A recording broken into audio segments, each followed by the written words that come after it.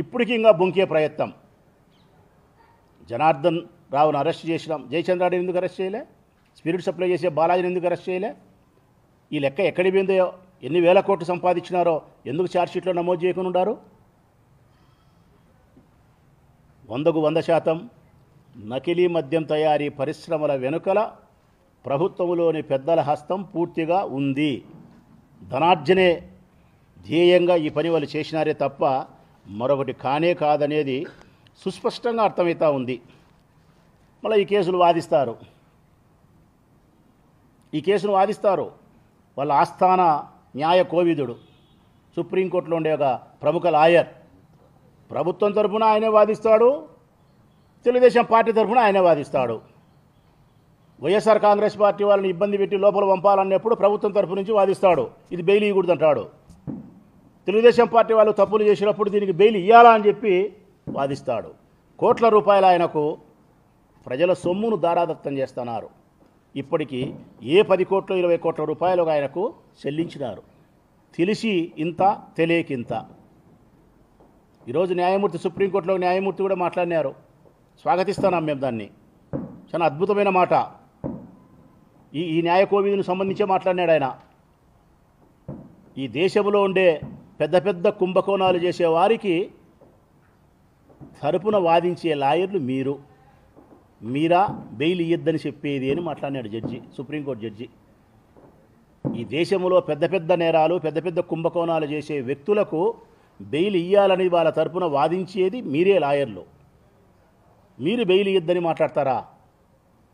అంటే వీళ్ళు ఈ రాష్ట్రంలో ఆర్థిక నేరాలు చేసే వ్యక్తుల తరపున వకాల్తా పుచ్చుకొని మాట్లాడుతూ ఉన్నారు ఈ ఆస్థాన న్యాయ కోవిదుడు. అది అందరికీ తెలుసు ఎవరు అనేది. ఆయన ఆస్థాన కోవిదుడు ఎవరు, ఏం కథ అనేది కూడా అందరికీ తెలుసు.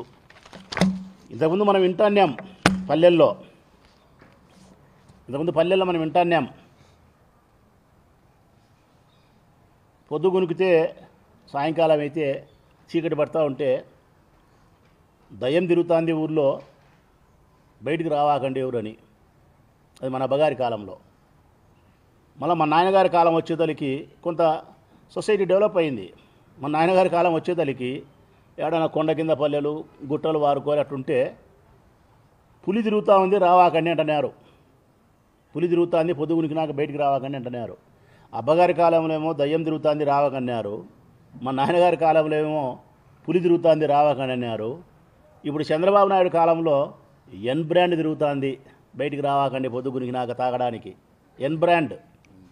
ఈ ఎన్ బ్రాండ్ వేసుకుంటే దయ్యం దగ్గర నుంచి అయినా తప్పించుకోవచ్చు తెలివిగా. చిరుత పులి దగ్గర కళ్ళల్లో అయినా కానీ వెలుగు చూపించి తప్పించుకోవచ్చు. కానీ ఎన్ బ్రాండ్ గన కడుపులో పోసుకుంటే, ఈ స్పిరిట్ గన పోసుకుంటే సరాసరి నరకమే. ప్రజలను నేను అప్రమత్తంగా అని కోరుతా ఉన్నా. నేను ఇంకొక విషయం కూడా ఏంటంటే, మనం మాట్లాడతాడు ఆయన చంద్రబాబు నాయుడు గారు, యూరియా లేదయ్యా అని అడిగితే, యూరియా లేదయ్యా రైతులకు నష్టం వస్తుందని అడిగితే, రైతులకు యూరియా సప్లై చేయలేని ఈ ప్రభుత్వం, చేతగాని దద్దమ్మ ప్రభుత్వం, చేతనైతే దాన్ని యూరియా తెప్పించే ప్రయత్నం చేయాల్సింది పోనిచ్చి ఈ పెద్ద మనిషి చెప్పిన శుద్ధపూస మాటలు ఏంటంటే, యూరియా కొడితే పంటకు, వరి పంటకు క్యాన్సర్ వస్తుందంట. యూరియాకు, వరి పంటకు యూరియా వేస్తే క్యాన్సర్ వస్తుంది. నేను అడుగుతా ఉన్నా చంద్రబాబు నాయుడు గారిని, వరి పంటకు యూరియా వేసే క్యాన్సర్ వస్తే పాలు తాగాల్సిన కడుపు, మజ్జిగ తాగాల్సిన కడుపుకు మొలకల చెరువు మద్యం తయారీ పరిశ్రమ నుంచి తయారైన నీ ఎన్ బ్రాండ్స్ స్పిరిట్ కడుపులో పోచే యవ్వనం వస్తుందే బాబు గారు? ఇది తాగితే యవ్వనం వస్తుందే?